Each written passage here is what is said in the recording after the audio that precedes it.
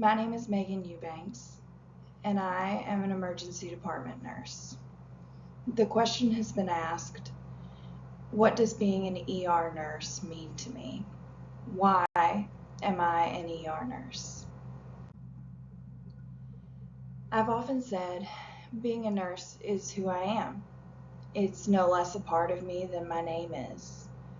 I'm a mother and a nurse.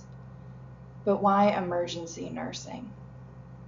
In order to explain that, I need to tell you about my life and my family. This is me and my husband, Michael. We met at a hot air balloon festival in Decatur, Alabama. His brother's married to my best friend.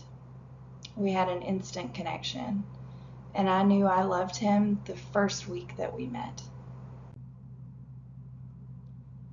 We got engaged in October of 2018.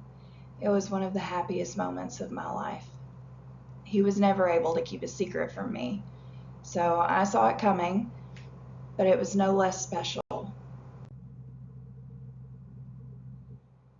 We were married in November of 2018.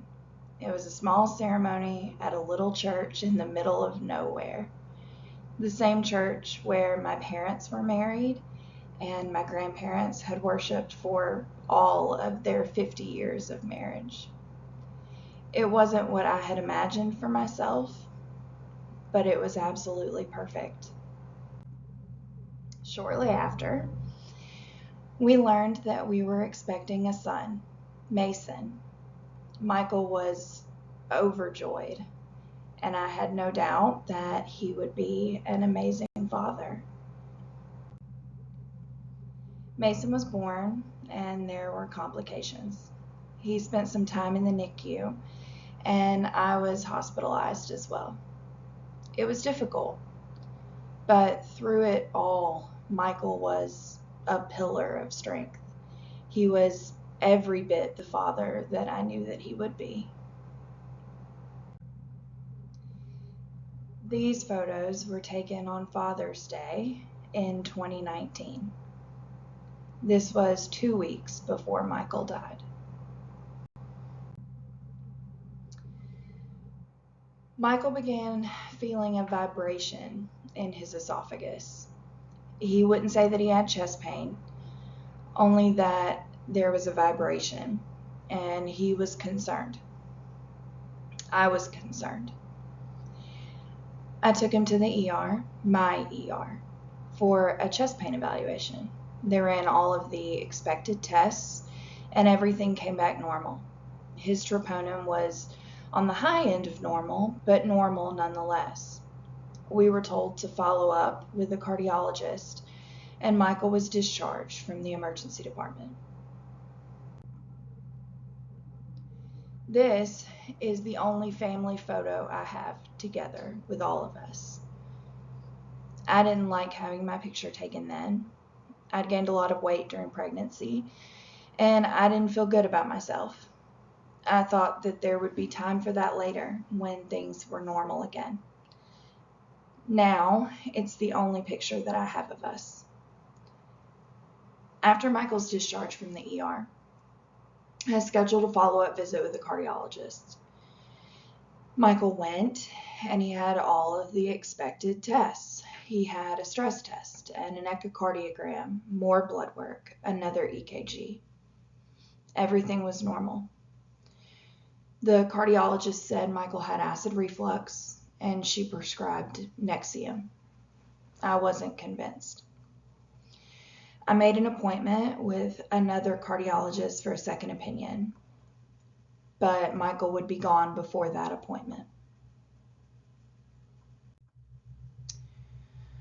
On June 26, 2019, Michael called me. I was asleep with our 6-week-old son, so I didn't answer. When I woke up an hour later, I texted him, but he didn't respond. That was really unusual, so I called him. No answer, so I called his work. The receptionist said Michael was injured and taken by an ambulance to a local ER. I called around until I found the ER and I was told that they couldn't release information over the phone. I knew that this wasn't good because we always tell families that patients are stable if we can. We don't want an accident because they were rushing to the ER. So I arrived and I was taken to the family room, and I don't remember much after that. What I do remember is being alone 3 hours from anyone I knew or loved, and being held tighter than I ever have before by the ER nurse while I screamed and sobbed, and the doctor said things that wouldn't register. Later, I remember my father holding my hand while I answered questions from donor services, questions that made me feel like my husband was being pieced apart and field dressed in the woods like a deer, rather than the new husband, new father, and absolute best friend that he was. I remember searching the house for hours for his favorite t-shirt because I forgot that he was wearing it that night. The same t-shirt that he was wearing when our son was born. It was cut to shreds by EMS, and I would never be able to wear it again. Michael was gone. I did all the things we're taught to do. I took him to the hospital where his symptoms were disregarded because of his age, but they checked because it was my ER. I trusted them. He trusted them. We trusted the cardiologist. We did all the testing they suggested, but still, he died. We missed something. And Michael had a heart attack and died 6 weeks after his son was born, less than a year after we were married. I lost everything. And now all I have is a headstone and a single family photograph to show our son the family that he came from. It falls on me to explain to Mason who his father was and how much he was loved. I have to figure out how to explain to a child who is too young to understand death where his father is and what happened to him, and I can't. I can't. I don't have the answers to what happened. Being an ER nurse means that I know there is at least one nurse who will always take the patient seriously. There is at least one nurse who will push for the tests and make sure that those patients aren't lost in the chaos of critical patients just because of their age. I get to make sure that no wife, mother, family member has to experience what I have or what Mason has if it can be prevented. I spend every day fighting to make sure that every patient is just as important as the last. Every patient is just as important as Michael should have been. I get to make a difference. I get to make someone's worst day better, and I get to make sure that when I can change it, no patient has to grieve a loss the way that I have. And if they do, then I know exactly what they need to make it easier. I know what it feels like to lose the person you love more than anyone else. So when my patients lose their person, I know what they need. I get to help.